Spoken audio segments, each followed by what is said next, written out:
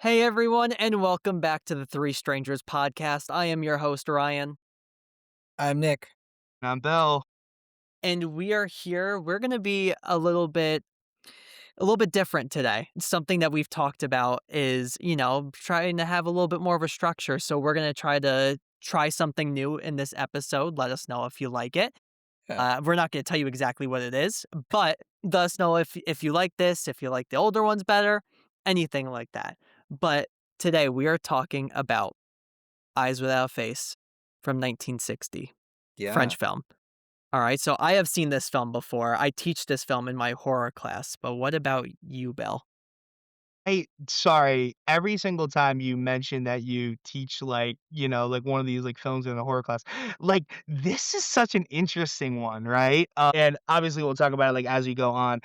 I this is one of those movies and I'm guilty of a lot of movies in my life have unfortunately been watched this way, and I'm like, I have to, like, atone for my sins. Like, this was, like, a movie where I was probably, like, doing my homework in high school, and my dad was watching it, and I was like, "Oh, like, son, this is, like, a very influential, like, French, like, horror film, and, like, maybe a Billy Idol song was named about it," and, he was like, like, "Watch," and I was like, cool, like, I have to do, like, do, like, algebra, so, like, I'm like, Feel that. I know, like, I'm like, "Yeah, that's really cool," but I do remember that it was interesting enough such that I was like, I'm gonna, like, put down, like, I was doing, but, like, by Mm. then, it was already, like, 45 minutes into it. I, like, half watched it one time, like, 10 years ago, so And I had never watched it. In fact, I did not even know it was a French film, which kinda came to, be obvious when I was like, "Hey, Ryan, where did you watch this without with subtitles? Because HBO wasn't putting subtitles on. I couldn't select. I paused it at the beginning of the film before anyone had spoken and tried to find subtitles. I was like, "There's no subtitles. It won't let me turn them on." Lo and behold, if you watch it on HBO, for the listeners, there are subtitles, but the movie is so old that they come within. They're in the movie itself. And so I paused it for like 15 minutes before I just like was like, well, like, what's gonna happen? I'm just gonna watch a revenge movie, and then they had subtitles, and I was like, dude, do not feel bad. The exact same thing happened to me, and this was actually after you had already said in the chat that you were struggling with that, so I was like, "Where the hell's my subtitles?" Like, and then, like, I was like, "No, you just have to wait. They're literally baked into it." It's, yeah, kinda interesting. Yeah. yeah, which I Yeah, appreciate so when the it comes to version they show is the Criterion Collection version, which is what I have on it's a DVD. nice cover. Really cool Mhm. cover, Yeah. for all Right? the yeah. So this is the DVD I have for the class itself. And so I Okay. ran downstairs to get it, and I was like, "This I don't remember it, like, ever being this heavy," and I opened it to where I found this little booklet.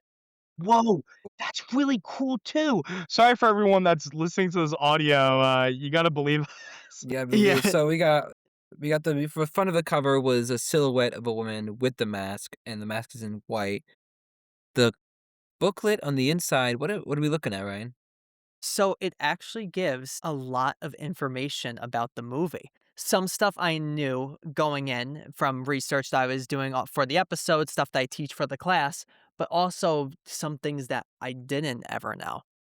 And I guess I'll kind of start in the beginning before I start talking about research with this and my interaction. So, my family, my parents got me a 100 horror movie scratcher thing.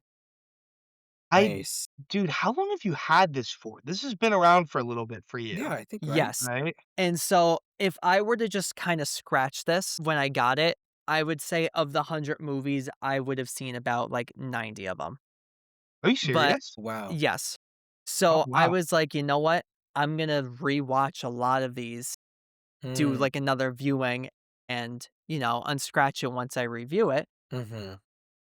And one of them on here, we're going to try to get to the camera, is Eyes Eyes Without a Without a Face. Face. Eyes without a face, Whoa, wow. and you've got, like, the cover of them peeling the skin off.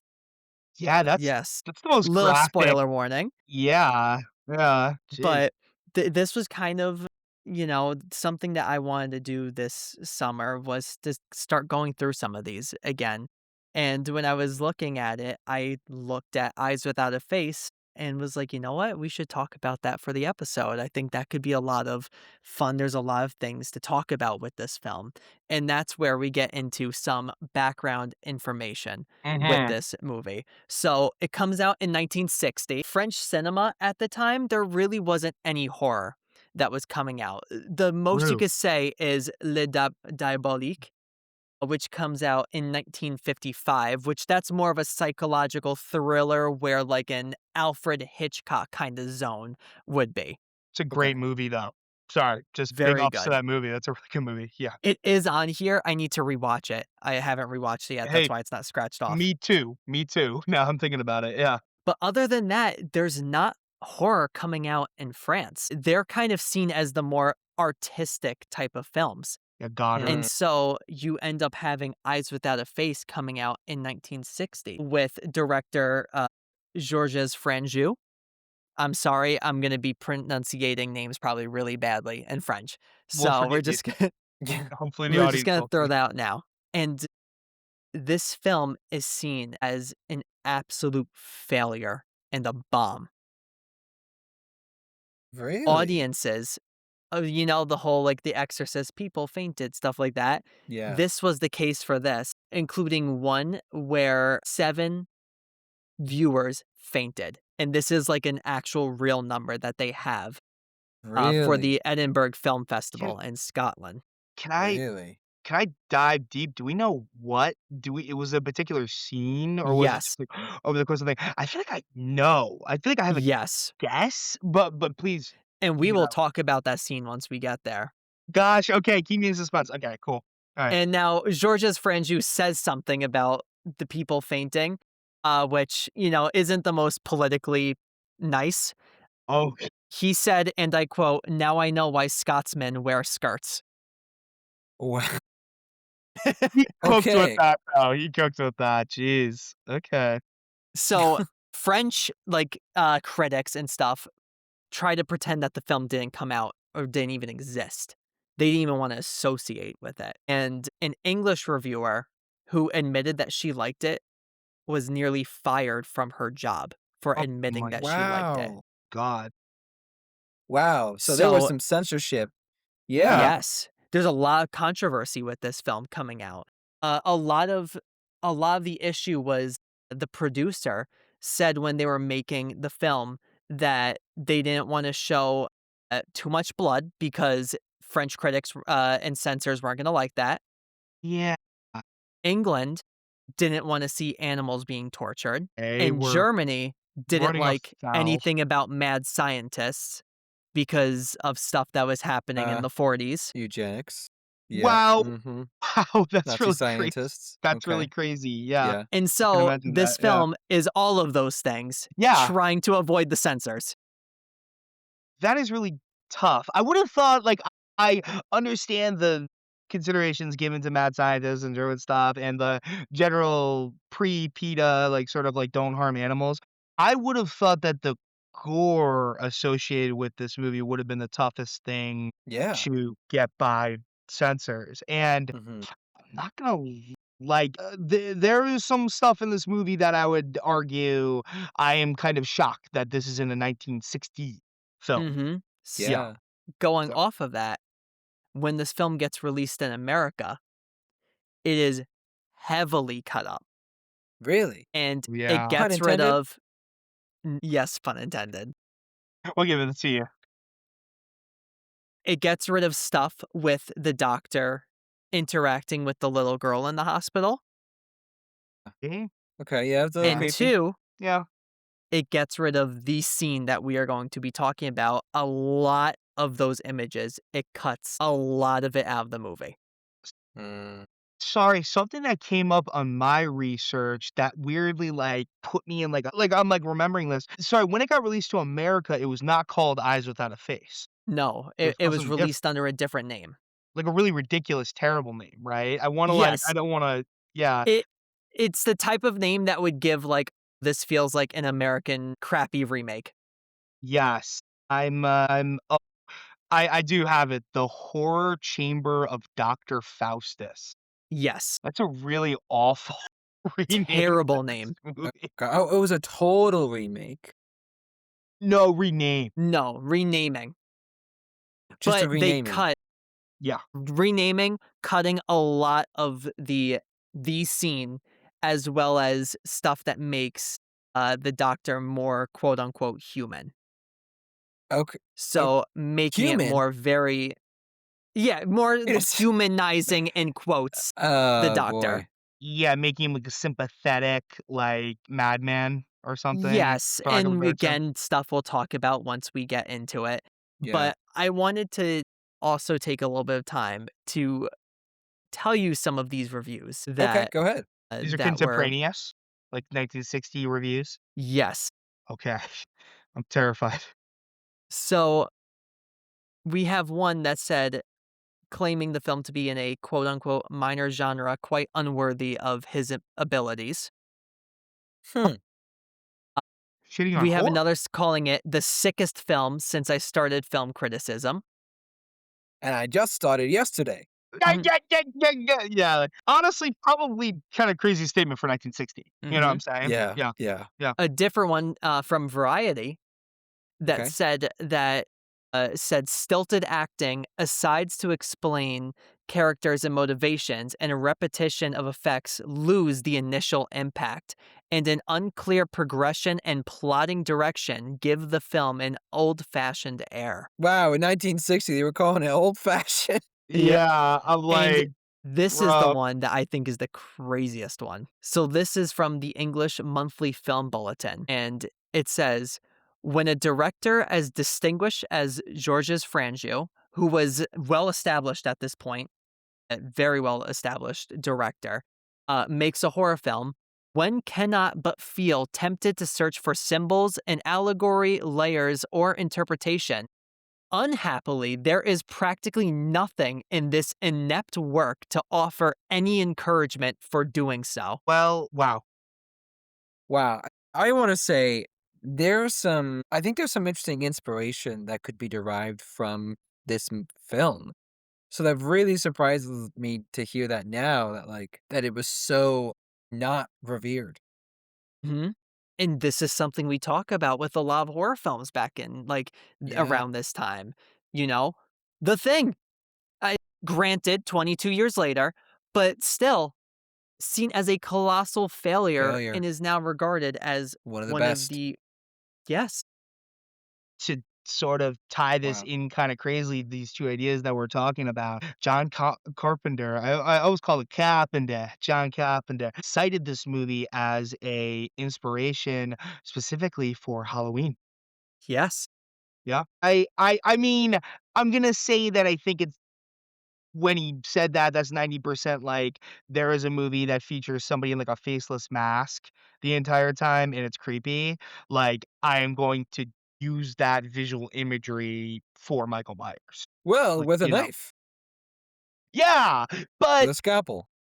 largely in this movie, and maybe I'm kind of previewing my thoughts a little bit here, I do not view, like, the central character, and I'm gonna be terrible with pronunciation too, uh, Kristan?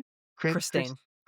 Christine. I remember it was slightly close Mhm, to Kristen, yeah. Christine. I do not view her as, like, a threatening presence in this movie, No, necessarily. I think that's the point. yes, You know, maybe that's the difference between a character like her that's faceless, but somehow has a lot of emotion, and a character that is faceless. And it's scary because you can't read anything about them. yes, and I wanna add on that you are exactly correct with that Halloween thing, and that's why the mask that gets chosen is the mask from The Devil's Reign. So, the Michael Myers mask is from the movie The Devil's Reign. It was, used for William Shatner in that movie, and so Okay. it was found, they took it, they painted it white, and that's how that mask comes to be as famous as it is. Hmm. Sorry, just so I'm, like, completely following here, that mask was supposed to be, and I feel like I should really know this, but, like, that mask is supposed to be William Shatner, or is the mask that he wore in that movie? A little both. Yeah, okay. It's hard to explain because at this point, I haven't seen Devil's Reign in a long time, but there's a certain face that he is supposed to have in that movie that ends up being that mask that they used to get what they wanted, and so then the mask gets kind of lost, gets sold, things like that, to where the Halloween team finds is like, "Oh, this could be a good mask. Take it, paint it white, boom." Wow, Nice. nice. That's Movie, interesting. Yeah, icon, wow. just like Okay. that. So Yeah. what so with that said, I mean, Bill, you brought up Christiane not necessarily being a threatening figure here. But, along the lines of that, is there a character or a performance that stands out to you? Well, like, it would be hard not to, and I feel bad, like, I will be referencing a name of, the cast, like, Mm, really quick just because and so unfortunately, like, mispronouncing these names, like, again. Yeah, this is gonna be, like, a weird one, maybe in the I think they're playing with the morality of Christine the entire time because I think it's left a little ambiguous whether she is, like, fully on board for everything that her father's doing on her own behalf. yeah. To that end, the standout performance for me is going to be sort of, the abject horror of the character of Edna, the person that gets kidnapped. I remember for, like, some reason, like, I think this is one of those movies where it's sort of like, "Imagine this happens to you," kind of Mm, thing sort of works on it, even yeah. though, like, we might not necessarily be able to fully extrapolate the horror of having your face literally stolen. But, for some reason, her humanity really worked in a movie full of characters that are on a spectrum of inhumaneness due to either their physical, you know, currently what they're working with physically or how they're treating other humans in this movie. Yeah, yeah, she seems like the innocent trope, Yes. right? Yeah. And there's this question of will we get the death of an innocent? Right. Exactly, and, I don't know, just tragedy abounds in this movie, and actually, to that end, I guess I kind of want to maybe sort of pass this to Ryan a little bit for, like, a pre-thought. This film has weirdly been described well, actually, what would you give as, like, a subcategory to this film other than horror? Like, what would you say? It's like a horror what? Ooh. So, I think there's a lot of, like, ways that it could kinda go about because what we were talking about before with, like, art films is happening in France. You could kind of see the influence of an art film within this movie. Besides that, I mean, I really think it kind of fits that thriller kind of line, but what do you think, Nick? Yeah. Um, Not gonna lie, I think almost right away, I figured, you know what? I think this is gonna be body horror. Almost like I don't want to say origin because I honestly don't know, but from my quick research, body horror was only invented in the fifth or invented, but like With only the quarter mass experiment. yes, exactly. So Popularized, right? yeah, Yeah. you got it right, spot on, Ryan. But yeah, and that right away, I was thinking, man, I feel like this really inspired body horror movies of today. I think the influence is there. And this was kind of an easy. I think this is an easy inspiration take. It was Goodnight Mommy because Yes. like the Yeah. same Yeah, way. So it was kind of Great Jesus, like pull. okay, man. well, thank you. Yeah, Yeah. because it was like that like immediately reminded me. Oh, that's interesting. That's pretty much the same kind of vibe. But then it was like, yeah, okay, that makes sense. So I would put it into body horror, but like early days of body horror. It's interesting, the point that I'm kinda, like, getting at is that I've seen a lot of people label this as horror fantasy, I could see that. which I could kind of see in a weird way. There's a lot of fantastical imagery, I would say, in that. Yeah. Yeah, yeah, there were. Yeah, the cinematography for something body horror like this was I don't know, I thought it would be it was pretty interesting. That was it, and I don't wanna I think we should talk about what it's about right now, Mhm, like, mhm. why is this so significant? Why are these things so significant? So, Eyes Without a Face, 1960, is the story of Christine, who is this tragic character who is in an accident, a car accident to be more specific. And her father, Dr. Geneser, that's how I'm going to pronounce it. I'm sorry if that's wrong, French fans. Basically, his goal trying to help her and get a new face, as a very general summary of this movie that doesn't do anything about motivations, things like that. Mhm. Very different from what was coming out at the time, like we've said. This isn't something that's happening in America, isn't something that's happening in Germany, in Asia. This is something that is very new at the time. And it becomes a very big influence on later horror movies, as Nick pointed out with like Goodnight Mommy. So, this is the moment where we're going to start going to spoilers for everybody. So, here is your spoiler warning right now. To talk about this movie, I think it's best to split it into two parts, although most films follow a three-act structure. I think for the purposes of our summarizing and discussing, it makes more sense to split it into two. So this is the audience warning in terms of that, in case you're like, well, there's three acts in a movie. I know, I understand. Mm.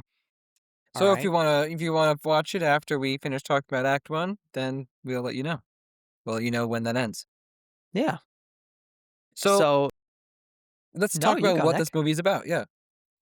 This movie, we follow, like Ryan was saying, Christiane, who is someone who's sick. We're not really I don't think we ever find out truly what condition she has. Am I wrong? Well, we know she was in a car accident, and Yeah. there's some suggestion that the father, Dr. Genesaire, is the cause of it. Mhm. Yes. We don't Yeah. know fully the extent of all of the injuries yet.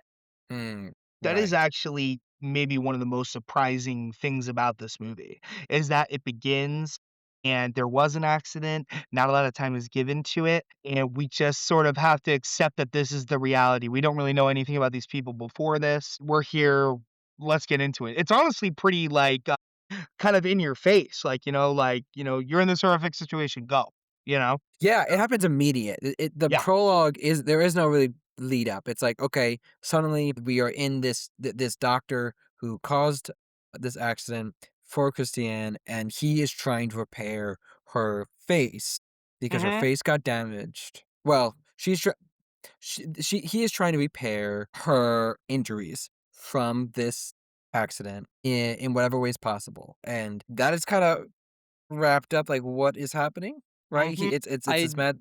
I really wanna jump in Go ahead. because there's a lot that happens before all of this. Okay. True. Because we start the movie off with, this woman that we don't know who this is yet dumping a corpse into a river. Right. I And Yes. from there completely forgot is about when that. we're introduced to the doctor who is, giving a sort of you know how sometimes we have, "Oh, what is this movie about?"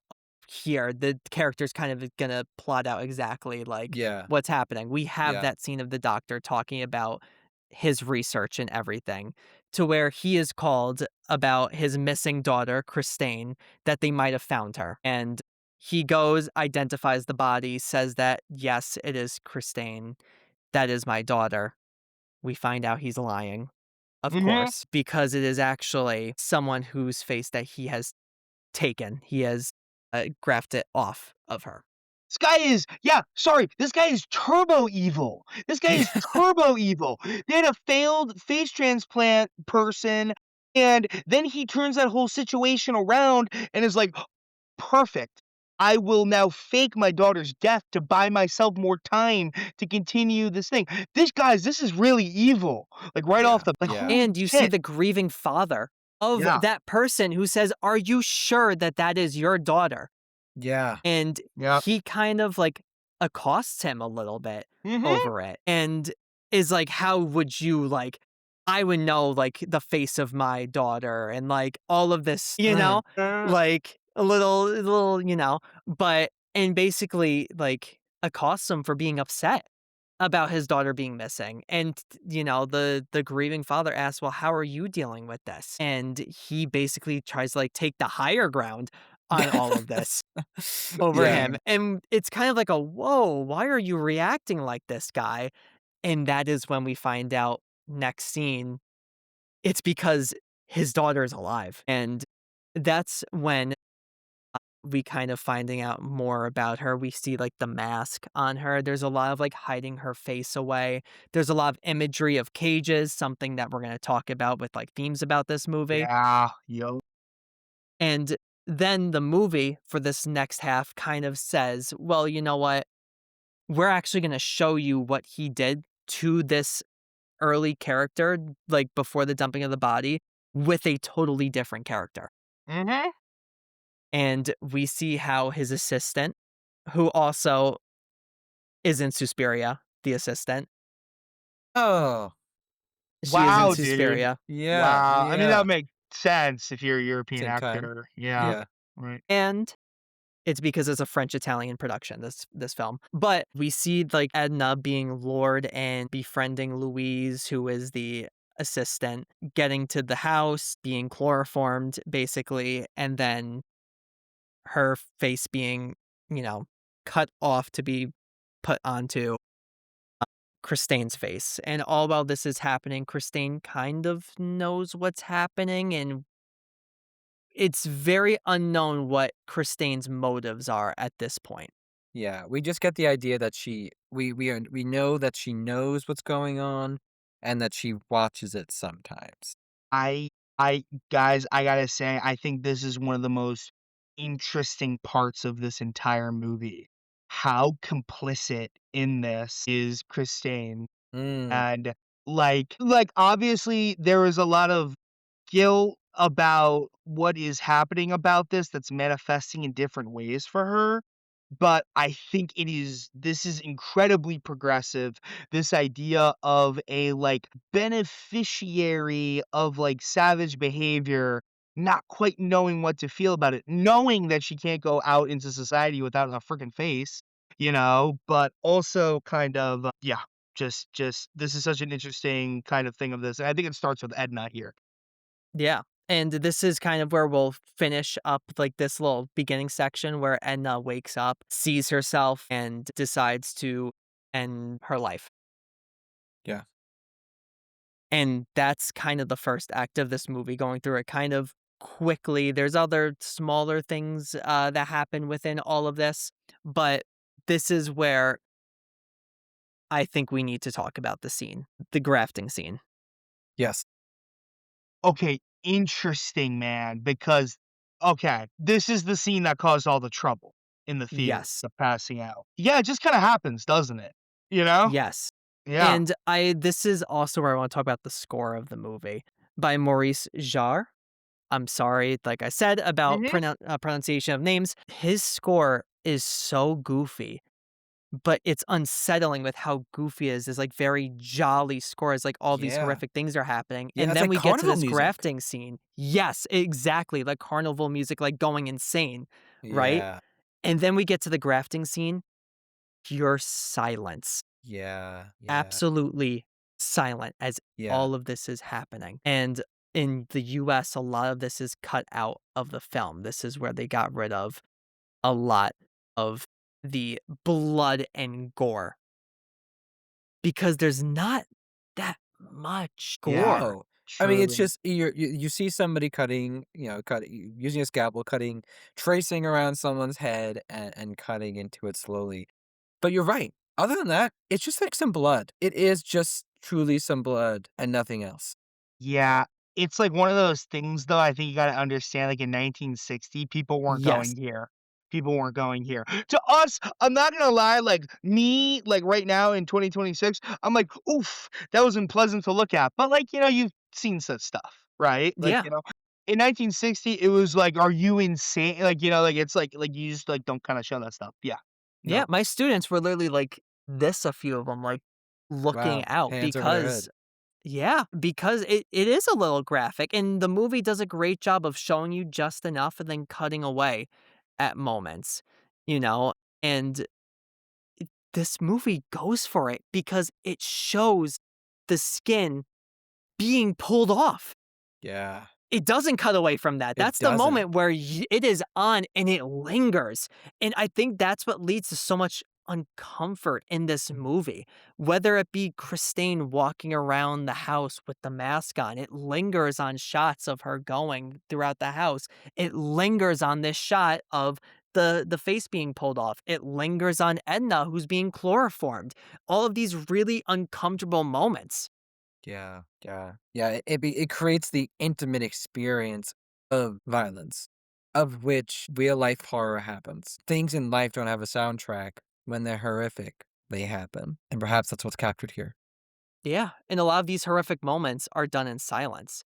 And then when it's like a character like quiet thinking to themselves, we have like the carnival goofy music that's playing in the background, kind of like this insane loop. The music just keeps on looping itself and looping and looping. And then, we go to a new shot, new characters, characters thinking, and then we hear the soundtrack again. Mhm. Yeah. You know, it's funny because not to take away anything from the soundtrack of this movie, I think it's a great soundtrack. I was perhaps so distracted by the intense visual imagery and the sound effects of this movie that it was almost like I was like, "Whoa," like, what is like, I feel like it continues in that, like, 60s French new wave kind of attitude of, like, the imagery is first, like, the strikingness of the imagery has Yes. to, like, be, like, the first thing, but, Mm. I will say this is a well-calibrated movie in terms of its sound design and in terms of its music. It looks and sounds great at the same time. Yeah. Were there any scenes to you, Nick, that really stood out to you in this first act besides that scene? Yeah, yes. I think yeah, this is the obvious one. I think there's also the investigation that stands out to me as well, because I think it, like, brings the, like this, like, subplot that becomes very relevant later on, where it lays it lays, like, the foundation of, like, "Oh, there is something going on. There are people, specifically at the college, who are trying to figure out this mystery of why these couple of people are going missing."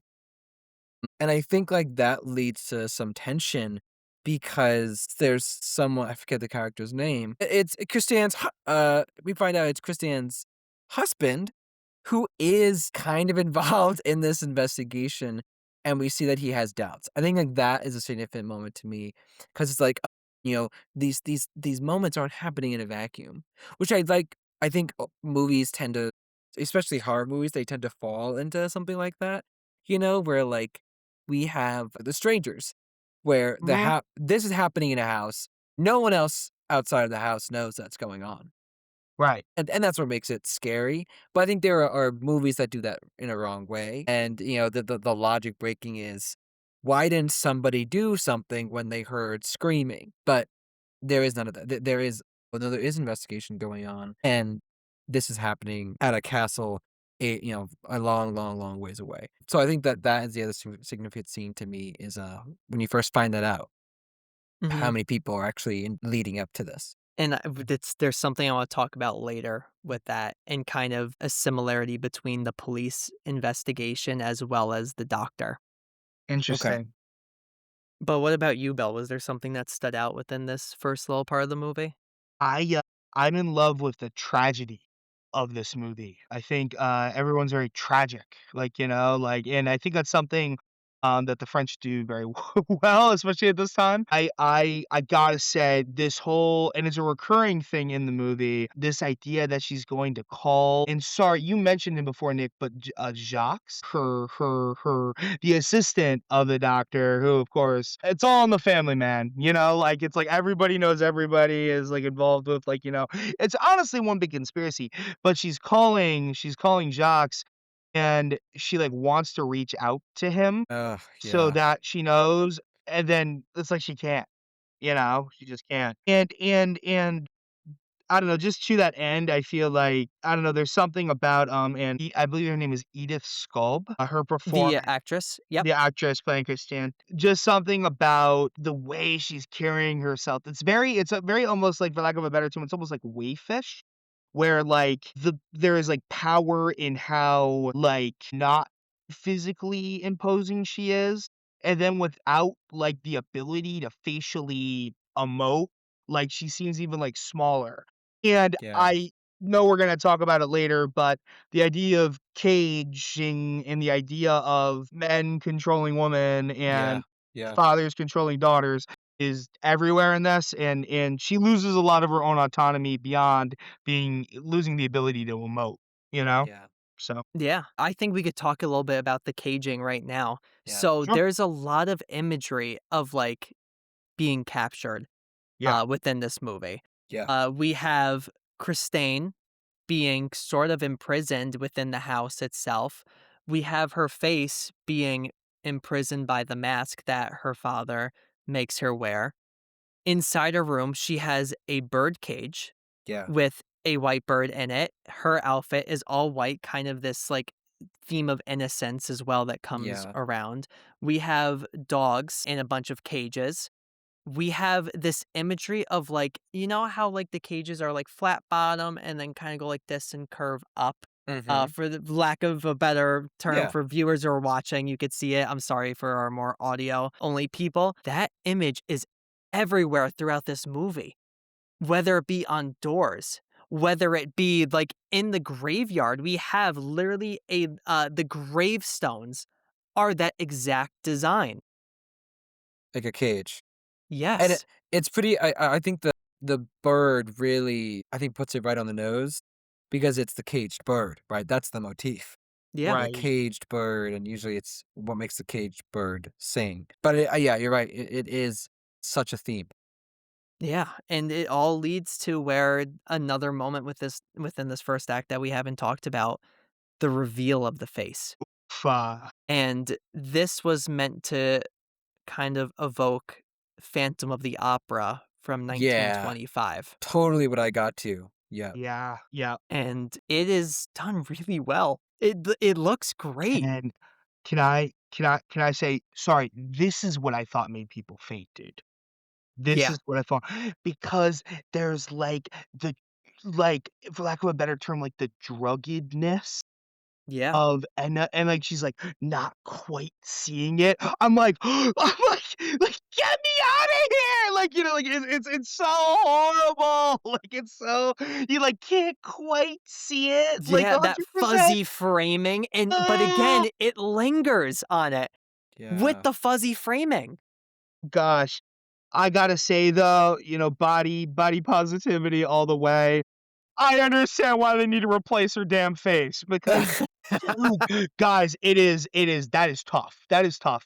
I thought it was gonna be like one of those like metaphors like, oh, like her like, her face isn't even that bad underneath. It's like, no, no, no, no. Like you gotta do something about that respectfully. I understand the doctor's intentions. But yeah, so Yeah. So I think it's time to talk about the second act of the movie. So, where the first act kind of contains itself a little bit, more so seeing the story of Christine being trapped, having that feeling of being trapped, the second act opens everything up. And this is where we get, the police really starting to get involved, wanting to figure out what is happening. We get Christine calling Jacques and saying something yes. to where he Yeah. gets involved within the investigation, and to where the police now are trying to figure out, well, why are all of these girls being kidnapped? What is the same about them? And they end up getting a girl to basically get kidnapped, like Yeah. trying to get her Ew. to be kidnapped by Dr. Genesaire, who they think it is. Yeah. Yeah. And from there, that girl is, of course, captured. But at this point of the story, Christine finally starts to become not as imprisoned, I guess you could say, and decides that she's finally going to take it upon herself to not feel as guilty. I guess I think she feels guilt and kind of the isolation of everything. And she ends up freeing this girl, Paulette. She murders Louise. Yeah. She Yeah. frees the dogs as Yeah. well as the doves, Yes. Mhm. the Which bird again, that's in. very parallel. There's a lot of parallelism with this because there's a theme of freedom after in Act 1, you have caged and confinement, and Mhm. here we have in the end release and freedom and releasing the caged bird and dogs, which is very great because they definitely used real dogs and Yes. I you know horror movies. We all know horror movies. Yup. If there's dogs, we're thinking What's shit. gonna happen? And Yeah. it was a nice delight to see, like, the dogs will go free. Mhm. Yes, there's something, like, in this, like, end sequence where it may have been I will say I was taken, like, a little aback, and maybe I almost wanna addendum my previous statement about, like, the whole thing where she does, make a move against Luis that is like, "I'm gonna Yeah. kill you." Like, Yep. I'm gonna, like, end you for what you've done. Like, Yeah, stabs her in the neck with a scalpel, Yes, which very, very poetic symbol there to use the weapon in which use their weapon against them, right. Exactly, if we're and yeah.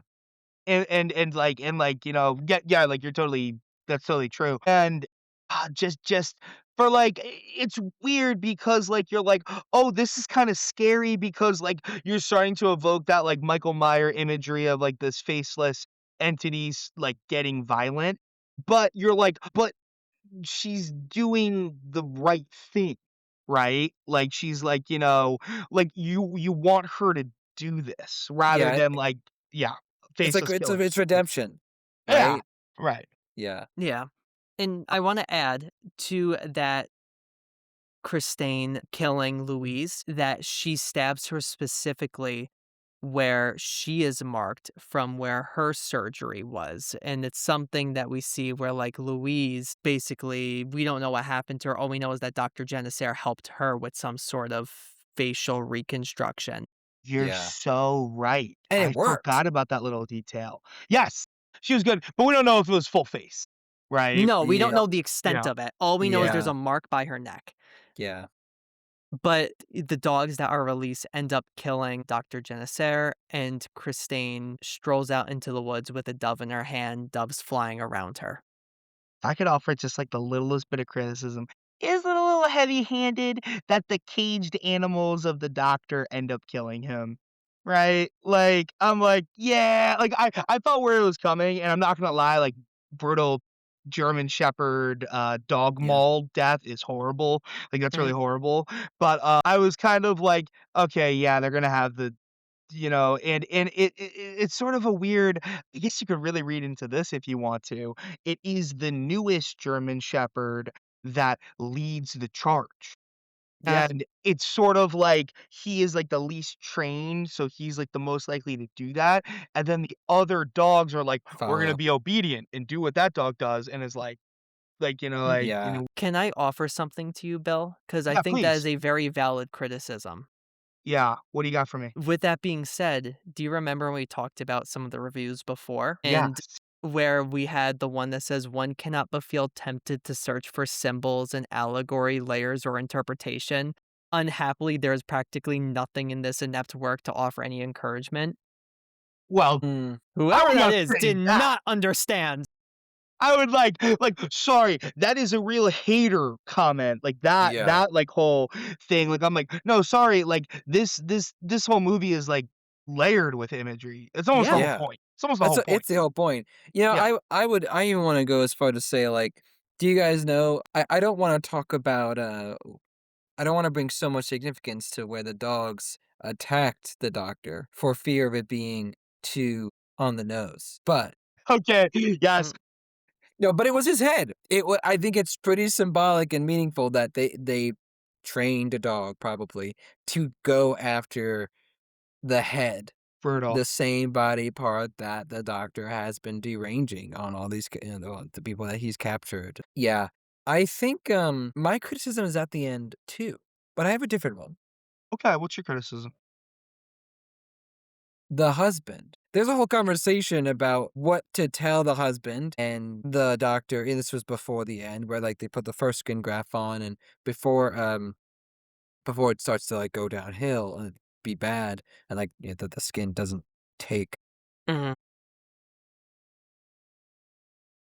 there's a conversation that the doctor has where it's like, "Oh, no, you should just run away," essentially, like, "Run to a different country and start your life over." Um, but now it's like, well, what is she gonna do? Does she go to the husband? That's a whole They ass scene of trying to digest, "Hey, I'm not dead." Like, that is the scene that Yes. I really wanted, and then we didn't get. And look, I know, there could be an argument here that's like, "Well, it's not about the man." And you're right, True. it's not. But I'm still wondering about what she does. Does she flee the country? Can I offer something here?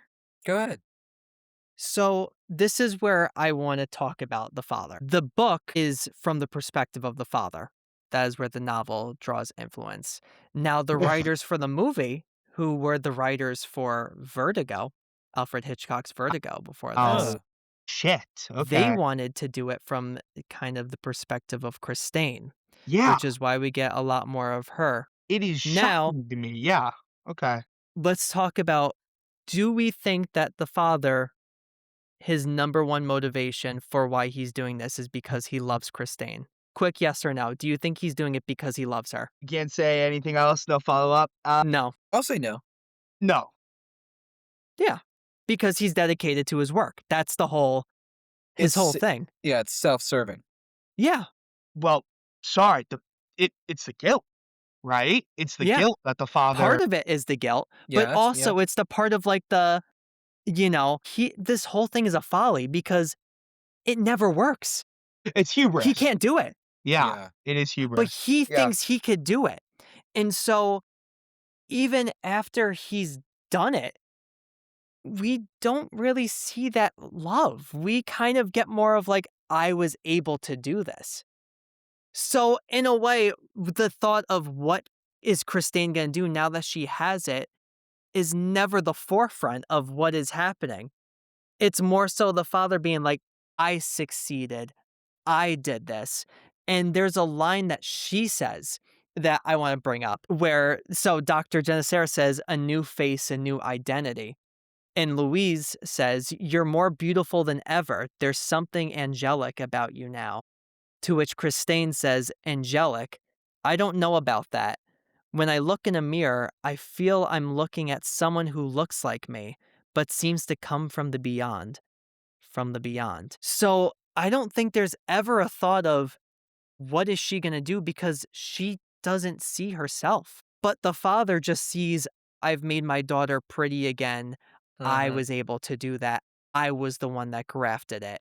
Yeah. No other scientist did it but me. Yeah. Okay, sorry, 2 quick things with this that I think are very interesting that you're touching upon, Ryan. Yes, it is, like, less about, like, Christine, like, going back to having a normal life and more of the father fixing his mistake. Like, Yes. that and in the hubris of, like, "I can fix this mistake because, like, the mistake that happened to me is something that I specialize in." Like, I'm gonna be the one to do this because I'm the guy. Like, it almost feels like divot. Like, Hmm. you know what I'm saying? It's like a veterinarian with, like, a sick animal. You know what I'm saying? Yeah. Like, it's like, okay, it's like, this is your mistake, but it's almost like a God-given mistake. Now you must use whatever powers you have to be able to undo it. It's pretty interesting in that way. Yeah. And it feels Yeah. more so like it's not the love of my daughter. It's, this is my test subject that I am Yes. doing Yeah. this on. It doesn't Yeah. matter how many girls that I capture and, basically kill doing this Yeah. because I have my test subject I'm going to do this on. I don't care how many dogs I'm going to kill. They are my test subjects. Second thing, and this is something I'll kinda pass to you, Nick, because I kinda wanna hear your thoughts on this. Okay. Like, the Christine in the world is dead, is confirmed dead to the world, and by the way, she's not coming back. When, like, it's like a new face, a new identity, that's real. That's not like, like, you just look different from how you did before. What do you think of the idea that the father is basically the best he can offer his daughter is like, "Well, you're not gonna have your old life back. All I can do is offer you a new life." What Mhm. what do you think about that? What do you where do you land on that as, like, effective storytelling?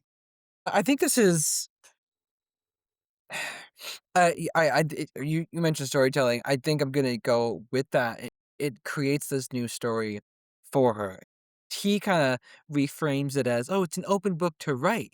That's so exciting, but I think at the same time, it's so much more complicated than that for Christiane because it's the death of her life. If Yeah. everybody thinks you're dead, that's it. They move on. Life moves on. Things keep going. I guess if we're talking about that, with that being said, it more I guess it could be better assumed that she goes and starts to live a different life, probably on her own. I don't know, under a different name. Maybe she does go to a different country because you can't just convince people that you're suddenly alive. Right. You can't you just can't be like, surprise, I'm alive. Everything you said, because also, how's she gonna prove it? Right. It's also uncanny as hell. You know what Yeah. I'm saying? Like, literally what the professor is offering is, like, all he can do. It's like, I can't give you your old life back, and I can't give you, like, and ultimately, I can't even give you a shot at another life. Yeah. But literally, like, I think the tragedy is that, like, that is the best he can do, and he can't even, like, do that, right? And he's ruined her life by saying that Yes. she's dead. Yeah. Yeah. Like, she could have I mean, who knows? We can speculate all night about, like, what is the best outcome for her. I mean, I think the best outcome would have been I'm used to say, it's dependent on, like, the end of the movie, how you interpret that. Where is she going? What's next for her, you know? Yeah. I think this is where also I want to talk about something else that we see a lot of, like the lady characters within this movie becoming the victims, right? So we have Christine, victim. We have Louise, who, while though she's an accomplice, she herself is a victim because she feels tied to what Dr. Janissaire is doing because of what he did to her to Right, fix her face. coercion that Then, create not coil. just with the doctor, where we're like, oh, he is the clear villain, we also have the police Yeah, doing this with yeah, the character of Paulette. They don't warn her of, "Oh, like, this guy's kinda yeah, yeah, crazy, you might get hurt." It's yeah, more so like, "Oh, you did a little petty theft, you shoplifted? We'll get rid of that if you basically are a little test subject to see if Dr. yeah, Janissaire is bad." yeah, So and even Edna in the beginning, she's a victim from Louise and Dr. Janissaire. yeah. So we have this theme of not just our big villain who is like the one that is doing this. We have like the police that is doing this as well. We have someone who is within the situation that's now started doing bad things because of the person she's working with. And I think it's such an like something very interesting about this movie that it does. That's not just the villain that does this. It's the men.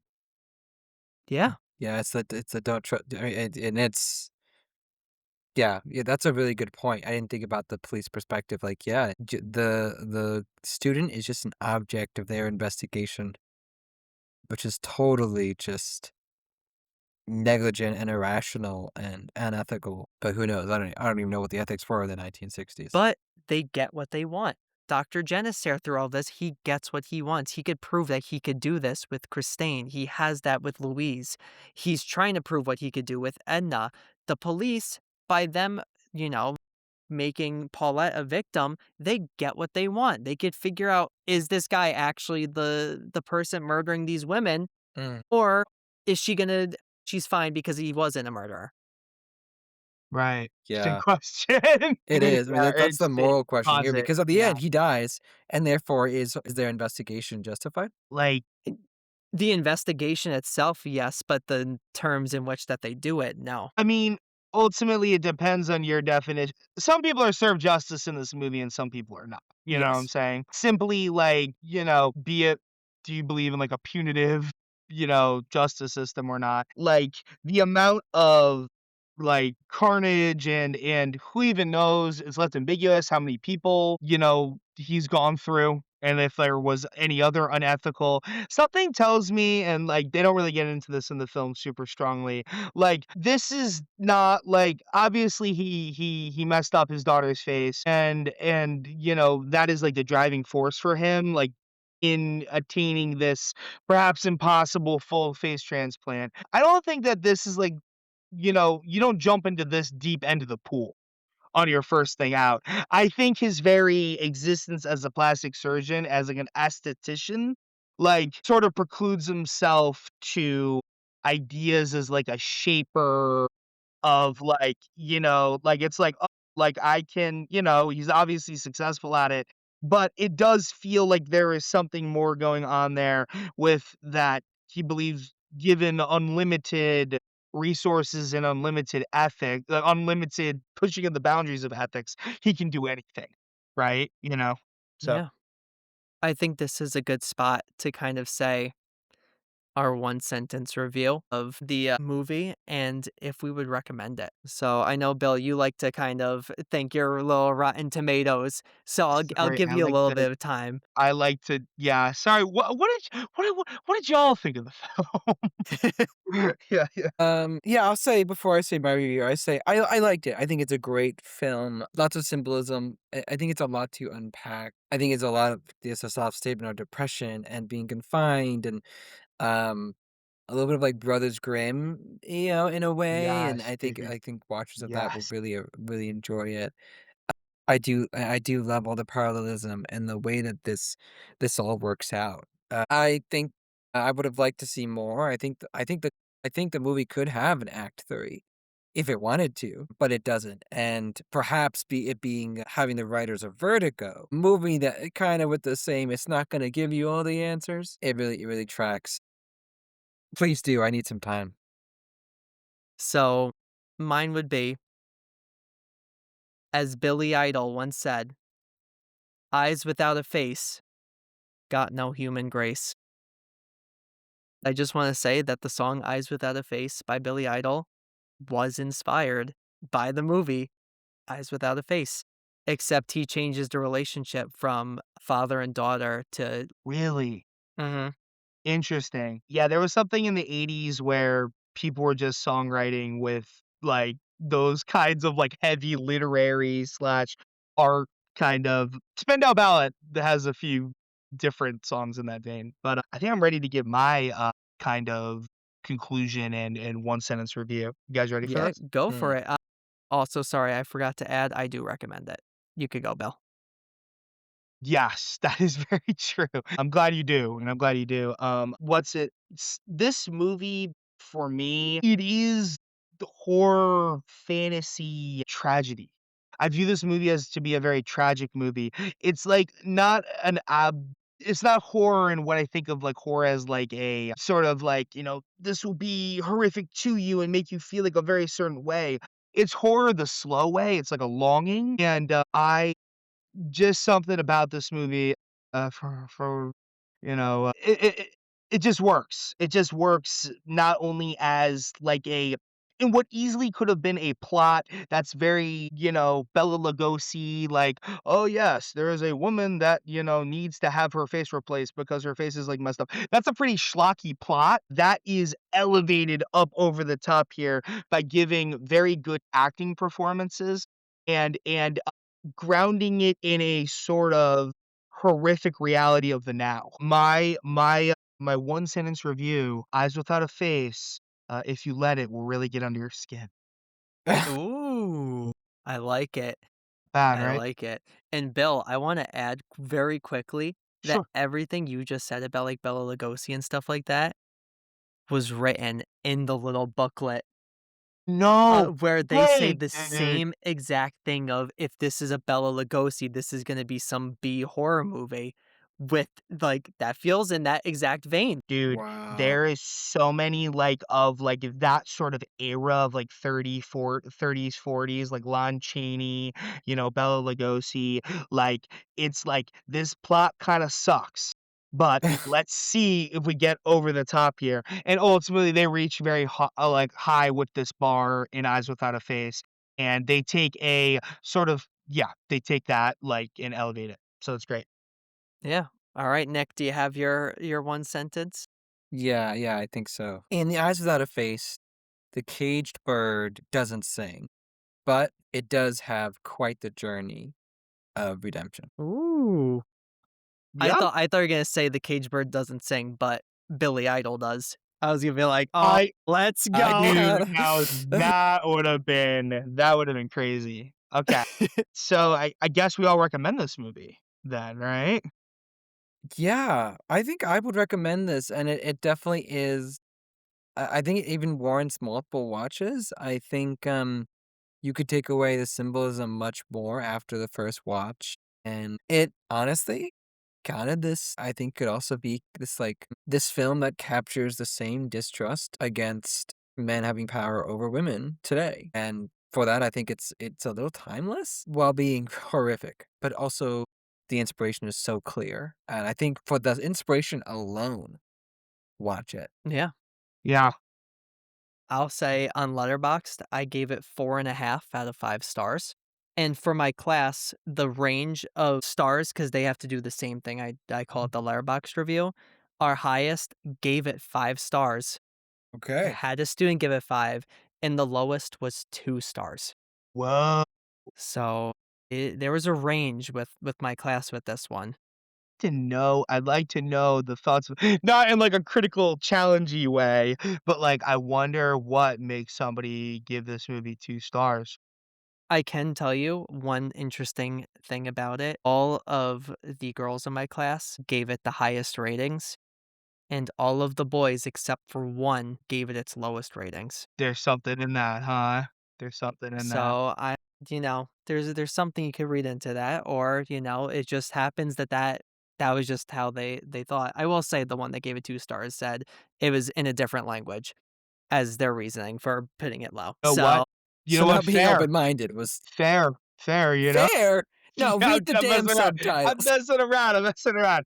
No, I will say there was a time in my life when I was like, "Look, I have to read when I, like, watch a movie," and what really broke me out of it was great Korean, movies where I was like, "Alright, cool," like, like, just sometimes you gotta read to be able to get the full thing, and I feel like now at this point in my life, I don't know how you guys feel about this, like, you can just, go for it, like, it doesn't matter yeah. to me. I'm usually watching stuff with subtitles anyway, if Yeah, possible. exactly. It's not that much different. I think like if I'm like kind of multitasking, I can't put on a movie in a different language. But if it's like Yeah, I gotta kind of focus in a little bit more if I'm gonna do that. yeah. I will But say, with Rec did you're that for good. me, and then thanks to Ryan, I think Rec opened my mind to international horror films. Love wreck. Well, it's crazy, I don't know if you remember, Nick, you actually gave that 2 out of 5 stars, and he said that you didn't wanna so it's really crazy to see how much you've grown as a, so, Did I I don't really? Yeah, all it oh, you said did. was main girl hot. Didn't Angry? Yeah, yeah, we gotta bring up Nick's past. yeah. Are you what? No, no, no, no, we're messing with you, we're messing with you, dude. We all love I that was like, movie, "How we do I all love remember this at all?" no, no, no. And wow, getting ready. Yep, that's what it was. Yeah, yeah. Pre-married me was like wood. Damn, this gaslighting stuff is kinda fun. Okay, please cut that out, Nick, please cut that out. It's staying in, baby. No! Good. But with all that being said, thank you everyone for listening and or watching. Thank you, of course, Bill and Nick for being here. As always, thank you to everyone listening. Again, if you liked the new setup and our new kind of schedule of how we did our, speaking and all of that, let us know if you liked it, if you want us to revert back to the old ways. And always remember, after watching the film Eyes Without a Face, give the song by Billy Idol a listen. Yeah, give it a listen. Who's those? Bye, everyone. See ya. Bye, guys.